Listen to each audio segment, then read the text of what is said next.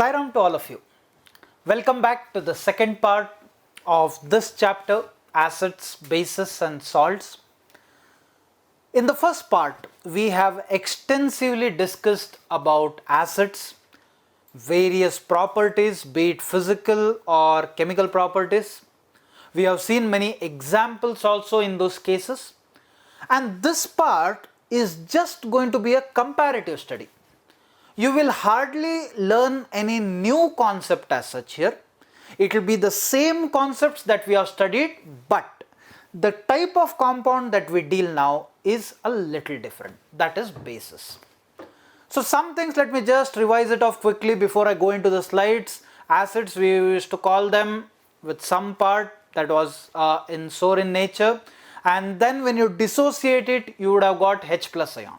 So what are the factors in this? That we shall see. And before we get into the discussion of bases, let us see the answers for the assignment questions that were given at the fag end of our discussion in the previous video. So we have the first question here now. Which gas is usually liberated when an acid reacts with a metal? Now this was the part of reactions that we have come across where generally you utilize metal in these cases. You will see that the dilute the chloric acid you can use, or the sulfuric acid that has been used here. So be clear that whenever you react with an acid, not necessary that you have to use only this acid. You can use any acid among dilute hydrochloric acid or sulfuric acid, but the salt that you get should be corresponding. If you have used a sulfuric acid, you should get corresponding sulfate. If you have used a hydrochloric acid, you should be getting corresponding chloride form of these parts. So in these cases, always the gas released is going to be hydrogen gas. So this forms the first answer for this part, then illustrated with an example. One example is being shown to you here with respect to zinc. Not necessary that you have to use zinc, you can use any other metals like magnesium or aluminum. How will you test the presence of this gas? Now this gas can be tested where we can use this process where you have studied this in the earlier classes, that especially when there is a hydrogen gas and if you use a burning lighter, so it will be put off with a pop sound. So that sound there and then putting it off indicates the presence of hydrogen gas. So this forms the answer for the first question. We have the second question here. Compounds such as alcohols and glucose also contain hydrogen but are not categorized as acids. If you remember, I had given some examples for alcohols. This was ethanol, and then glucose is C6H12O6. And what we had seen here was you have in total 6 hydrogens in ethanol as an example of alcohol. Glucose, you have 12 hydrogens, but you still cannot categorize them as acids, because the moment you go to categorize as acids, you should be getting H plus. And these sort of systems do not give H plus. So if you see the answer here, the presence of hydrogen alone doesn't determine. Hydrogen atoms may be present, but what determines acidity is nothing but the production of H plus ion. And that is not formed in either of these cases. A small diagrammatic view where suppose if you use compounds like HCl, you can actually generate electricity because there is production of H plus. But in these two cases, you will not be generating any electricity. The reason being that H plus ions are not produced, though there is presence of hydrogen atom. So this is the explanatory part that you have for the answer of this question. So moving on to the third question now. Give reasons for the following. It is not advisable to preserve pickles in metal containers. Now, I happen to tell you in the earlier class that you should be observing it in your kitchen in what type of containers pickles are kept. You generally will find it in say plastic containers or say polymeric containers, but not metal, because metals are reactive. So since they are reactive, they may react with the pickles, and finally when you eat it, it might affect your system, the digestive system mainly. So therefore they are not preserved in those parts. Vinegar is considered to be weak acid. We have discussed this extensively, where strong acids are those parts which can dissociate completely, but if they do not dissociate completely, say if they undergo partial dissociation, we classify them under weak acids.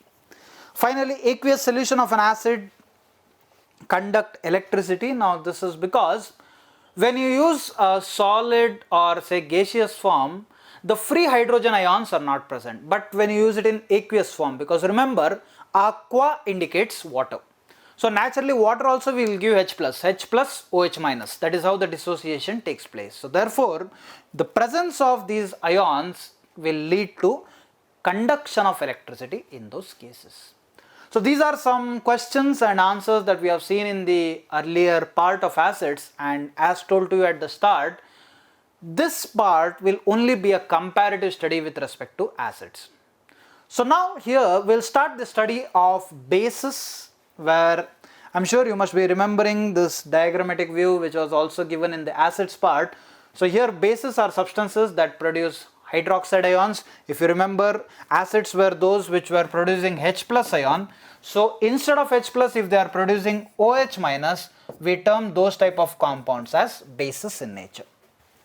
Now these bases, as explained in the acids also, if you dissolve it in water, they will be splitting up amongst themselves and forming into ions. So for an example, they have taken an example of NaOH, sodium hydroxide, where it is splitting up into Na plus and OH minus. This shall happen when it is being dissolved in water. Basically, for such type of a dissociation, a solvent is required.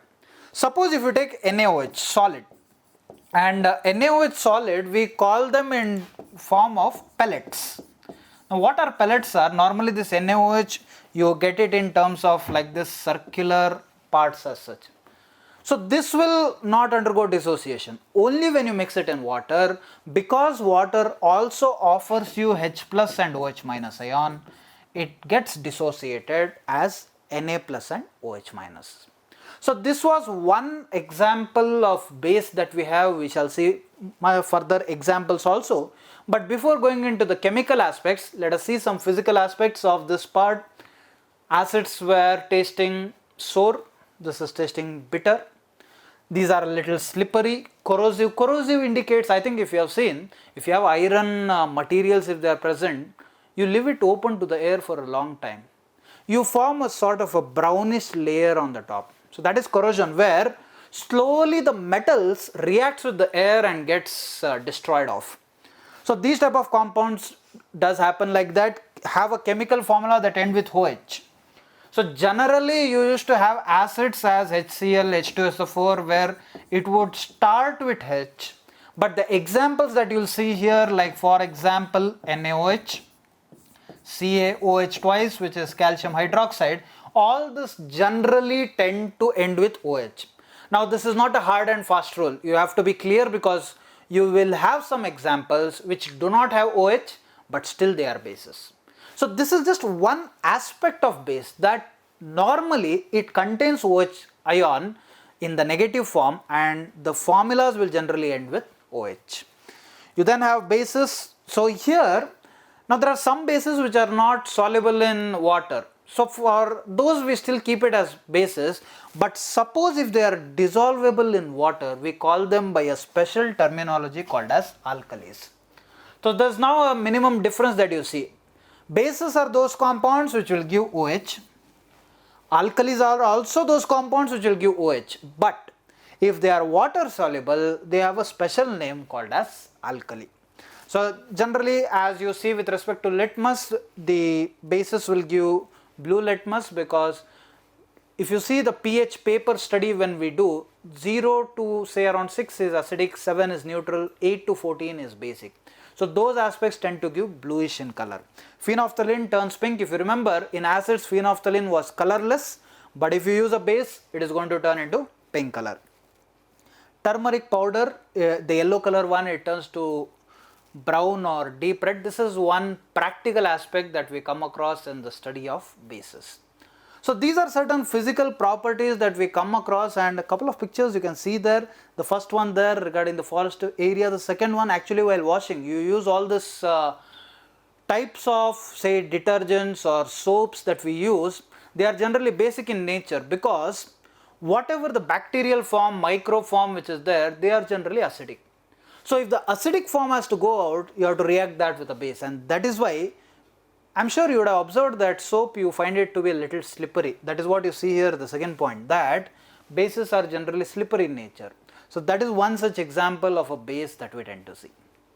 So these are certain physical properties that we come across in bases and some common bases. Now the very first base that is given here, the chemical formula of this compound is NH3. Ammonia, used in fertilizers. Now this NH3 which is there, please remember that it is not having OH.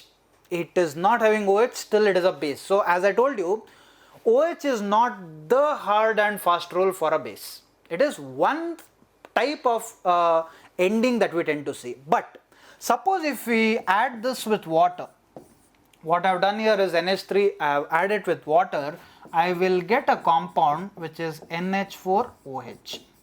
You can see that there were 3 hydrogens here. So in total there are 5 hydrogens. Now also there are 5 hydrogens in place. So NH4OH, the name of this compound is ammonium, that is NH3 is ammonia, NH4 is ammonium, and then the OH we can name it as hydroxide.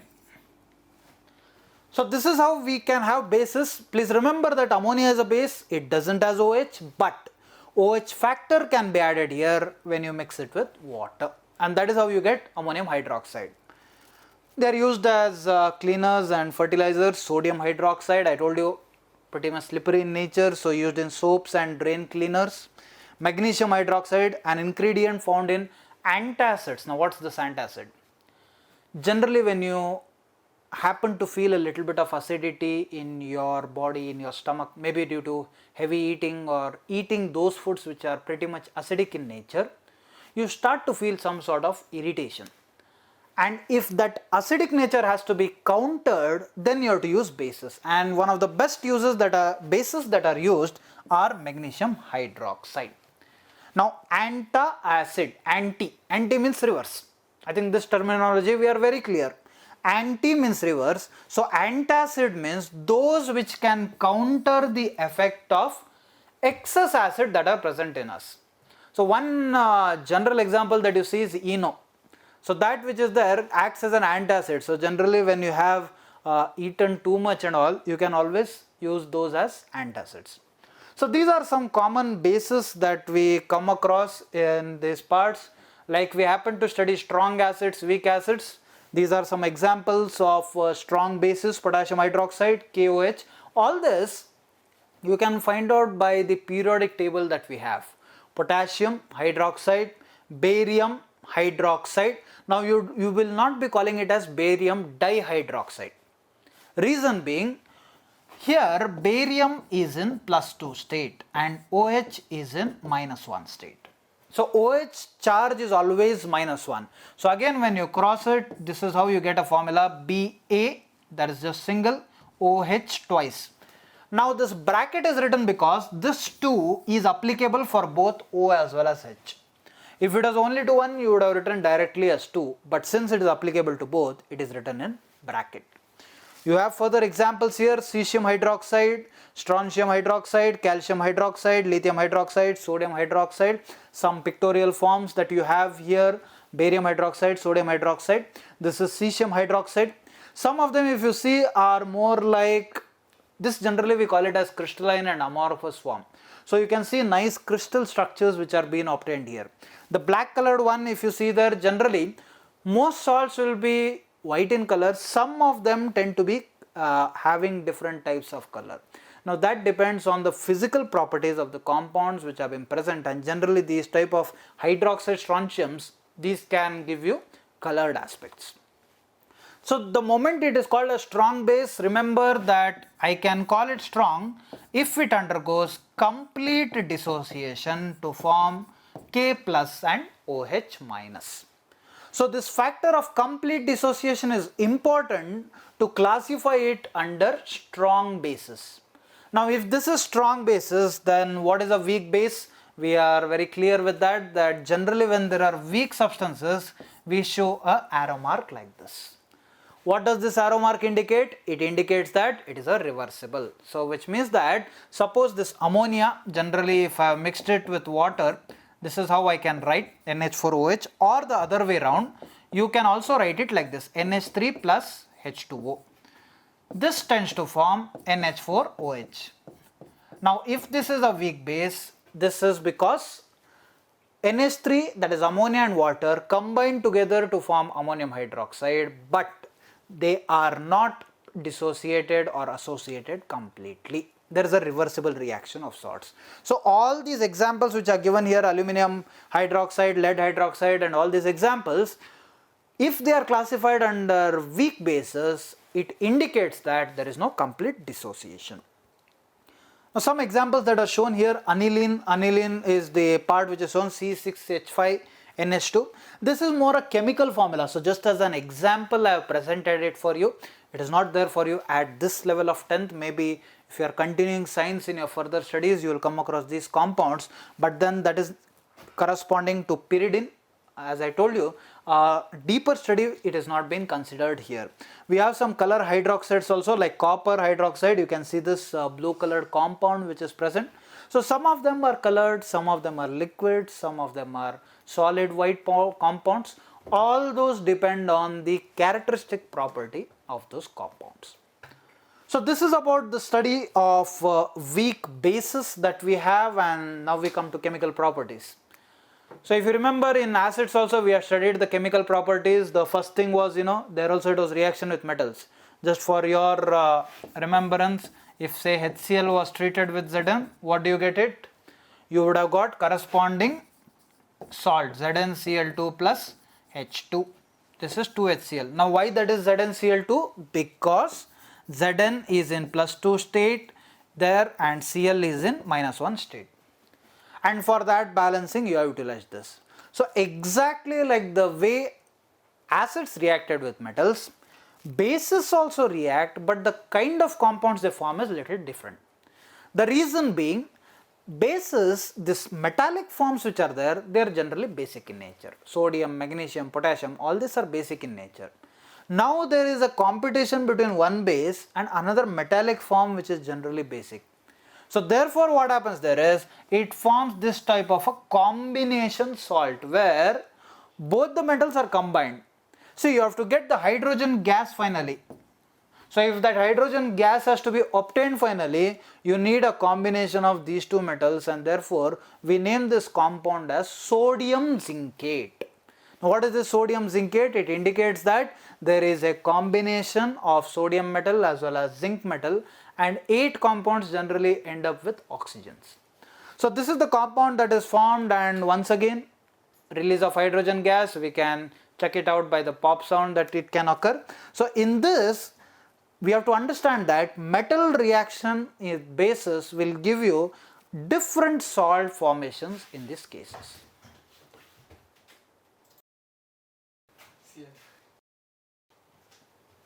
This is how we can realize that metal reactions with respect to bases will give us combined metallic salts with the release of hydrogen gas. So this is about the reaction with the metals that we have, and moving forward, reaction with non-metallic oxides. Oxides indicate that there should be oxygen, pretty much clear. Metallic indicates that metals are those which are solids in nature, but if it is non-metallic, it means those oxides which are not from metals. An example happens to be carbon dioxide, which is given here. You can also have carbon monoxide. You can have N2O, NO, dinitrogen oxide, nitrogen oxide. There is also example of nitrogen dioxide. So all these form the non-metallic oxides. Then what about metallic oxides? Metallic oxide, an example is CaO. So what is this CaO? There is a metal calcium. With that there is oxygen present. So what we are discussing here is reaction of non-metallic oxides with respect to various bases. And one example that is used here is CaOH twice, which I can name it as calcium hydroxide. It will react with carbon dioxide and it will form corresponding salt, that is calcium carbonate and water. So what we see here is that this is the base, calcium hydroxide. CO2 is the non-metallic oxide. calcium carbonate is the salt that has been formed in these cases. Now this is just one example, you can even use other examples too. So for example, in these cases, if I have to give you another example here, so let me take NaOH. Now calcium hydroxide was CaOH twice because calcium has +2 charge. NaOH is because Na has +1, OH has -1. If this is reacting with CO2,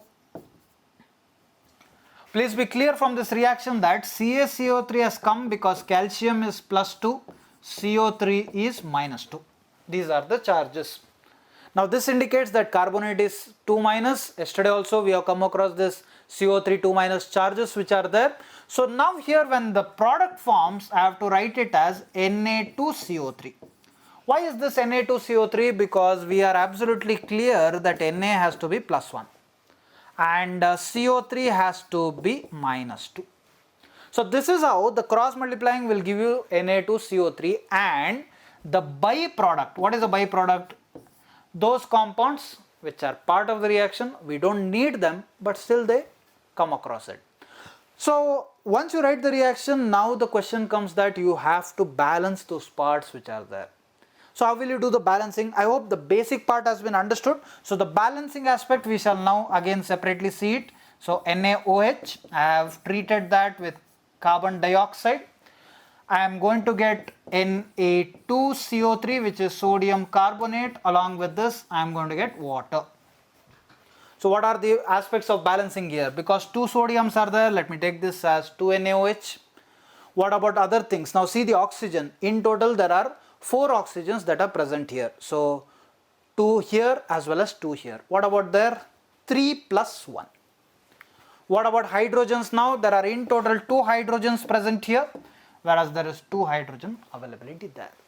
So this is how we balance it by a trial and error method that we come across. So seeing these 2 types of main reaction, one is with metals, the other one is with metallic, that is non-metallic oxides. So these are some examples of various reactions that bases undergo, and now we'll be seeing the uses of these compounds. Some of them are already discussed. If you see, sodium hydroxide is used in manufacturing of the soap, calcium hydroxide mainly in bleaching powder. I think if you have used cleaning materials, you would have definitely come across this bleaching powder, where if you have hard water, areas where especially the southern Karnataka and all, we have very hard water because we have ions being present in that. So if you use bleaching powder, you can get very soft water in those cases. Potassium hydroxide is used in batteries. Magnesium hydroxide is used as a base to neutralize acidity in stomach. This is what I told you that it is used as an antacid. Aluminum hydroxide as foaming reagent, and ammonium hydroxide mainly to remove the grease stains that have been present. So this is just an overview of various uses that we have regarding the bases. So what we have to now know here is, since we have already studied now acids as well as bases, we just have to make a comparative study and see what are the common properties that we have for acids as well as bases. So what are those some properties? We can see that if an acid and a base is treated, you will get salt and water. As an example, let me take HCl, an example for acid. For base, let me take the simple one, NaOH. So what has happened here is HCl and NaOH are combined. So water is the byproduct, and Na, so OH has gone, H has gone with water. What is left over with Na and Cl, and that is the salt that is forming. So any acid base reactions, acid plus base, will give you salt and water. So this is one common property that we see, and both acids and bases will conduct electricity. Reason being, H plus ion is given by acid, OH minus ion is given by bases generally. So when ions are present, generally they undertake electric process. And the same thing that has been told, it has been tabulated here below, that acids will give out H plus ion, bases will give out OH minus ion.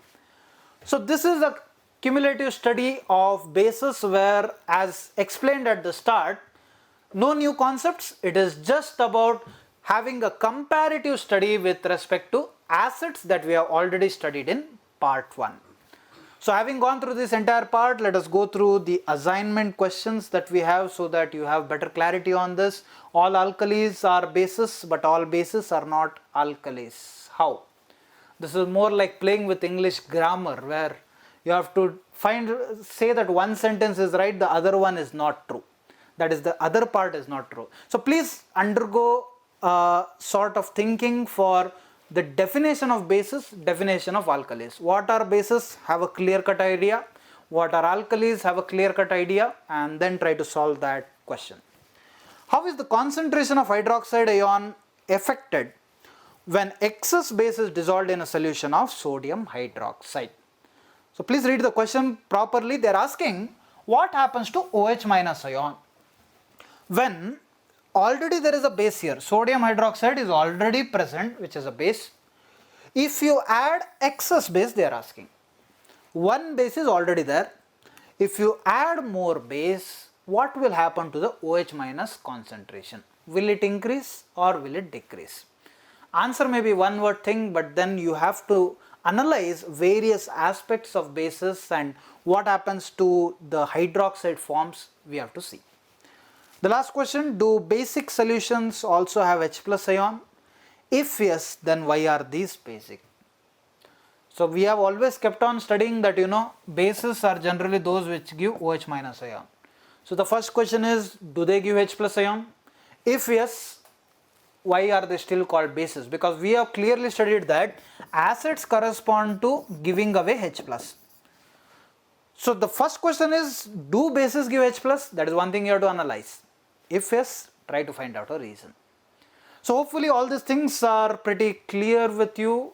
Hope everything that we have discussed, you were able to analyze it with respect to acids and understand the differences between these compounds.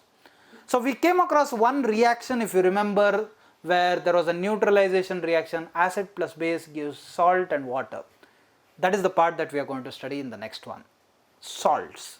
So what is the salts that we will be studying extensively, but before that, hope you are pretty much sure of the understanding of these aspects. Thank you very much. See you again. Sai Ram.